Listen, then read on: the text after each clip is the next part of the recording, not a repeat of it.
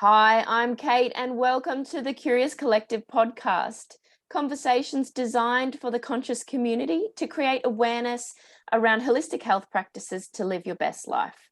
So I want you to tap into the knowledge and wisdom delivered and extract what you need to heal, transform, and live as your true soulful self. And today we are blessed to have the beautiful Christina Joy with us from Center of Joy.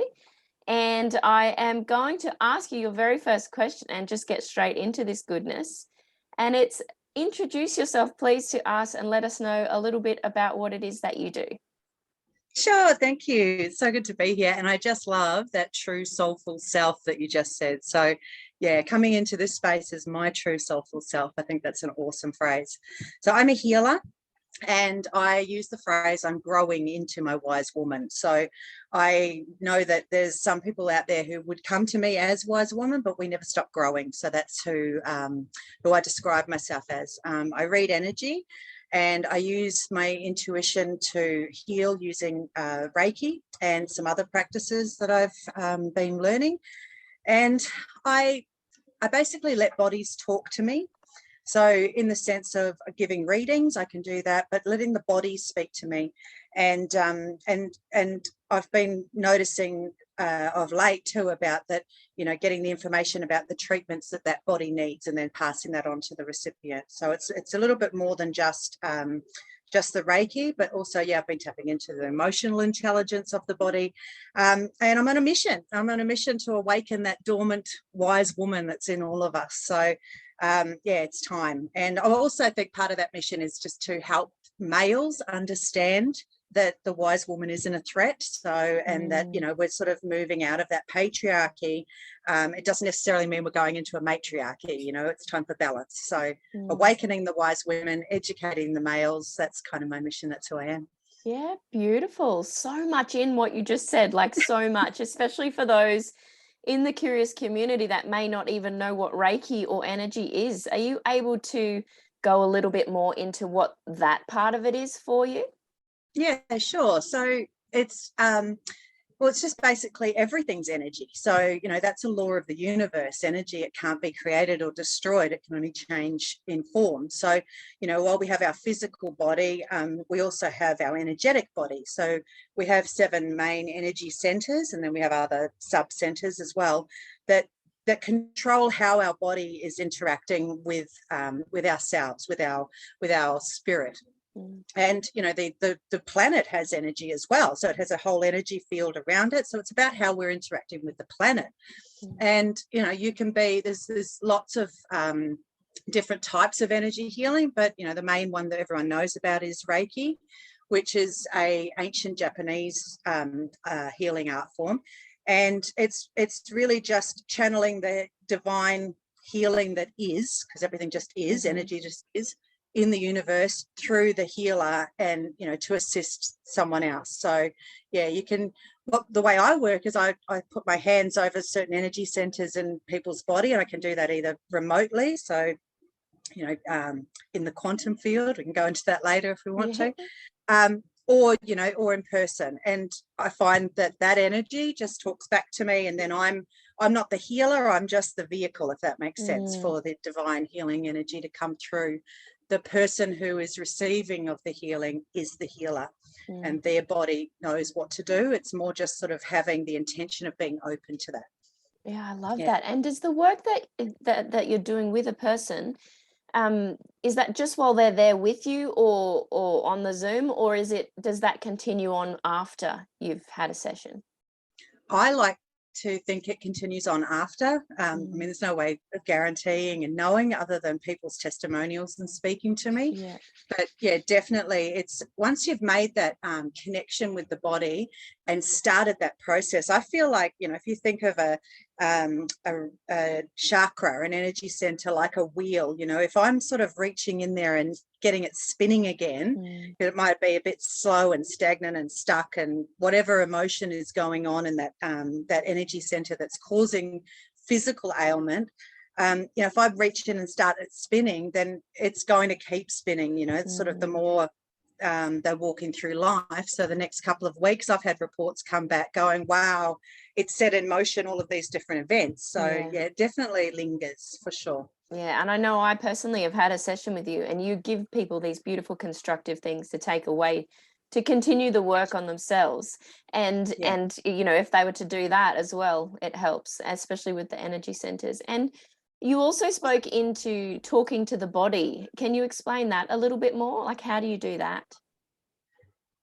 Honestly, I couldn't explain necessarily how it happens. It's one of those things that's evolved, and it just kind of started with well, it actually started in shopping centers and things. So if I was at a checkout, sometimes I would be picking up on people. That's probably a bit too open. I'm a bit too open sometimes, but it just kind of was, I think, spirit's way of nudging me and just getting me to notice, hey, what are you getting from them? And, you know, like at a checkout where I'm starting to get really woozy and dizzy, and I'm sort of standing holding the thing. And, you know, I actually found out the checkout lady had really bad vertigo. Oh, wow. So, you know, just little things like that, I get in their energy space and I can start to feel them. And so as my healings progressed, I started to get different information from the body, and, you know, details about old accidents and things, you know, that might have or that are contributing to the energy blockage of where it is. So one of the people that I did an energy reading for, she was really astounded, because I said to her, I said, did you hurt your tailbone, you know, when you were young, you know, maybe 5, 6, 7, 8, you were a young girl, and she'd had all these problems in her body. And yeah, it was about a really old injury that had actually stopped the flow of her chi. Yeah, wow. And so then there it was continued through her life.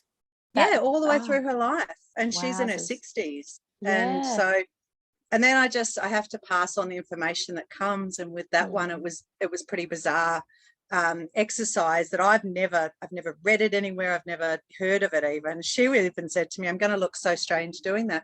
But, you know, I was sort of leaning over and trying to pull at her tailbone.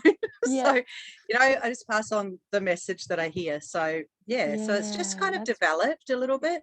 That'd be so fascinating for someone that, say, has been holding on to a back injury or knees or something for years and years and years, and could find out that there's actually something other than physical in there, like energetically going on, that they could work with.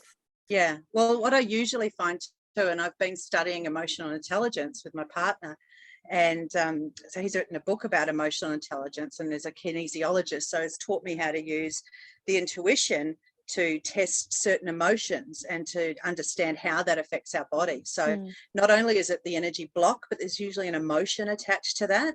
And then so a positive flip emotion as the medicine as well. So all this stuff fascinates me so much. What fascinates me the most is this beautiful feminine wisdom that you've been tapping into. So can you let us know how you got into that, and how that's changing your spiritual work? Yeah, sure. So I think it probably started with some dysfunction in my menstrual cycles and my menstrual system in general. So I experienced a period about 5 or 6 years ago where I was in ridiculous amounts of pain every single month on my cycle. And, you know, to the point where I was crippled over, but they weren't constant. It was just like a stabbing that would come. So after a visit to a gynecologist, and I was told that I had adenomyosis, which is similar to endometriosis, a bit more painful and invasive. And the only solution was I needed an operation pretty much straight away. They would be doing XYZ while they were in there. And there was even a possibility of a hysterectomy. And, you know, I was young, I was early 40s. So the idea freaked me out. And I thought, you know, this can't be the only way. And I think it was that moment that led me into researching other ways. So I started to the curious mind. I love it.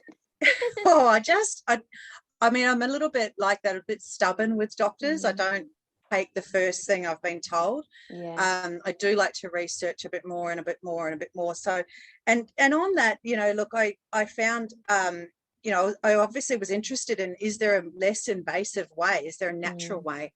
And during that, I started to learn about the menstrual cycle from the spiritual sense, you know, and I'd never been taught that. I'd never explored that. It's not available unless you go looking for it. And I started to learn about the menstrual cycle as seasons. So we do 28 days, which is 4 weeks and 7 days. And each one of those weeks can be attributed to a season. So spring, summer, autumn and winter. And you know, and that was fascinating. It was absolutely fascinating. And the control that gave me over my own cycle and my emotions, because part of what also was happening was I was probably getting about 10 days a month where I was what I would call available for human consumption. Because I was horrible. The rest of the time, I was so at the mercy of my hormones because you know, I had so much dysfunction, and I'm not alone in that. I know that there's a lot of women out there that experience that. From what I was learning about is that to experience your menstrual cycle like that isn't normal. It's not something that we should be doing. And a normal menstrual cycle shouldn't be painful, and it shouldn't be you know, something that we don't want to do. You know, it's like we get this whole, oh, she's got the period. You know, it should be a time of celebrating and wearing red things and pink things. And I know that sounds a bit weird, but embracing the energy and the old lost wisdom. So that was how I got into it. And I think I really vibed with that. It did work. It fixed me. It helped me. It wasn't a quick fix. Between that and some creams and different herbs and things that I discovered, I avoided surgery.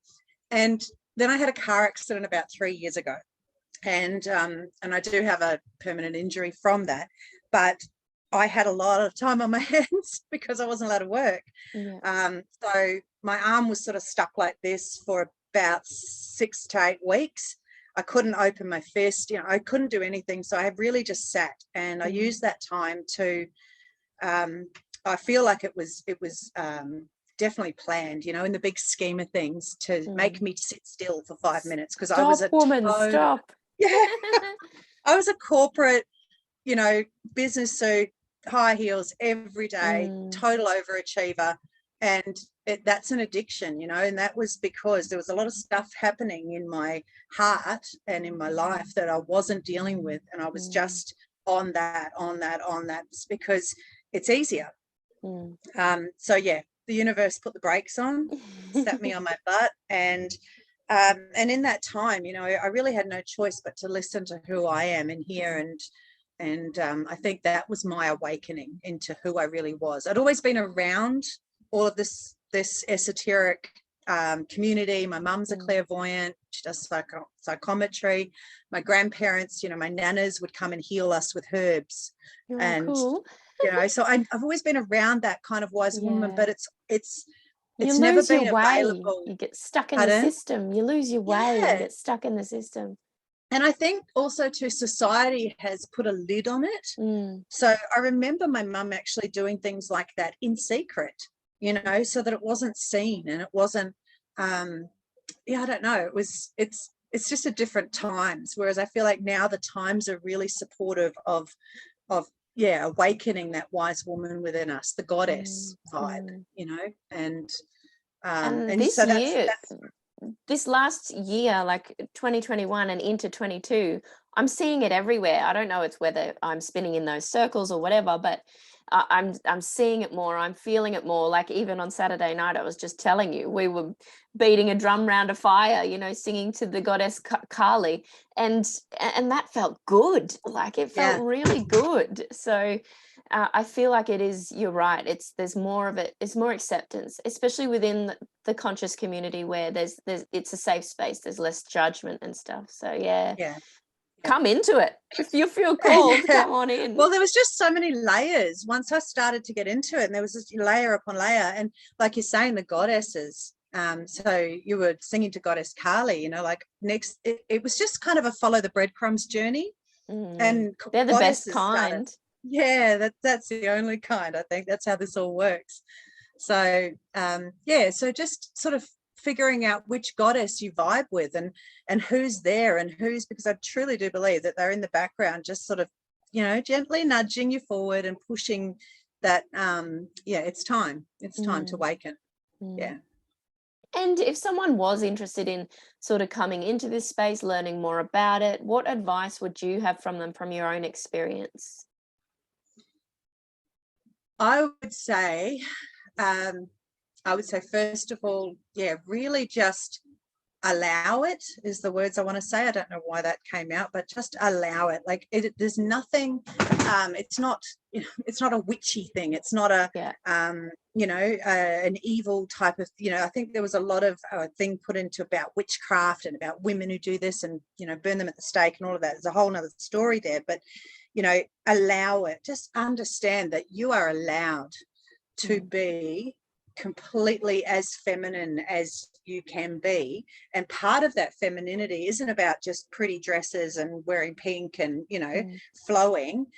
It is that, but part of it is a wisdom. So I've been watching this show on Gaia called Ancient Civilizations, and actually it was really good because last night was the one about the rise and fall of the wise woman. So I was so attuned to this show.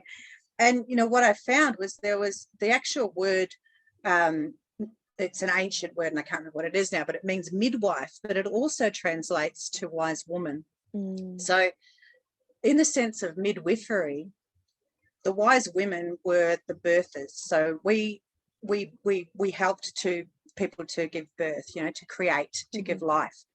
And I would say to anyone who wants to step into this space is to understand that you're birthing something.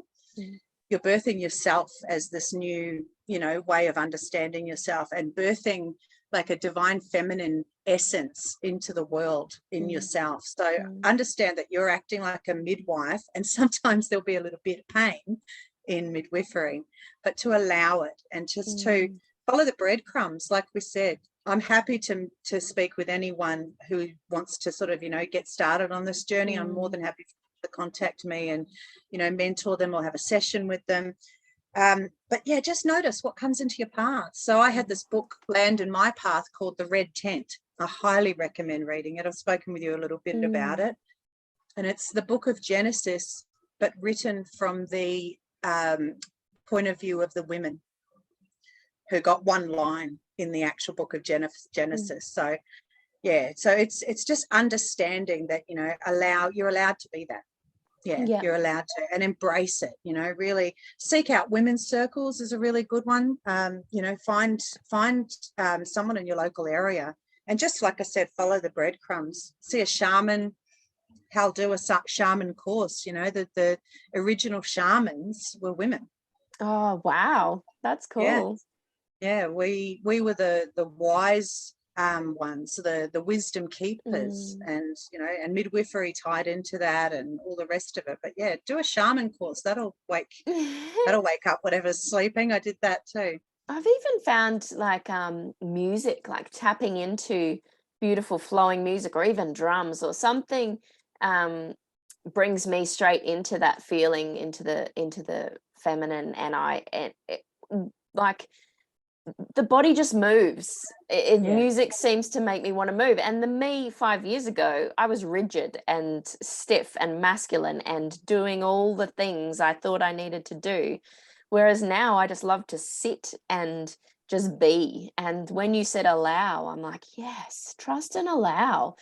And listen to what comes in. Because I think the listening is an important part of that feminine wisdom, is listening to in here. Yeah. And also to not necessarily saying it all. So part of the women's wisdom is it's a knowing, and you don't need to go, oh, by the way, that, and like allowing. And like you said, listening is really good, because you just sit with your own wisdom, and then you can watch things unfold and play out, and you think, I knew that. I saw that. Or, or just, so what I'm learning about too, and I've been part of a conscious relationship now, is the way that the divine feminine was so necessary for the sacred masculine, like as far as supporting him, like the feminine is traditionally a support role, but that he supports us as well. So the masculine structure is really important for that feminine flow, because if we have too much of that flow, we can just get a bit, airy fairy and out there. But the masculine structure behind our flow is really awesome, and the divine feminine flow behind his, logical, let's just do it brain. It's a supporting role for both things, and I think that's really necessary for unity consciousness now. The world's changing. We're moving out of patriarchy, like I said. I don't know if you know this, but there was an actual matriarchy, again, on my show I've been watching. It went for about 20,000 years. Whoa. 20,000 years women were in power. We ruled, and it was a very peaceful time. And after that fell, the patriarchy has had the reins for about 10,000 years. And I really think now it's time for unity. It's for the two to dance together. But to do that, we have to rise the feminine. So it's necessary. Someone also said that the energy of the planet right now, or last year into this year, is the feminine energy, like that Gaia is giving us the ground or the space to be able to do this sort of work. Is that what's your take on that? I think, look, Gaia, Mother Earth, Papa Tuanuku, Pachamama, all of it, it is a feminine energy anyway. It's that Mother Earth energy, and it's a creation, it's a nurturing. But also too, I think the numerology of this year is a 6, and a 6 year is a real yin energy. So that's that feminine side. So this year's perfect for divine feminine to, some people say, we're rising up. And I don't like that, because that sounds really masculine and aggressive. Like, we're forming an army and we're going to take over the world. That's not how the feminine work. That was the men who did that sort of battle stuff. It's more a gentle bubbling, and this year's really supportive of it with the numerology, and the earth is really supportive of that. So remembering who we are as mother earth, whether we've been a mother or not in our physical lives, remembering who we are as that mother creative energy and aligning back with mother earth. I think that's really good timing. Oh, so good. And so the biggest takeaways I've gotten is like that remembering, the trusting and allowing, and also the listening.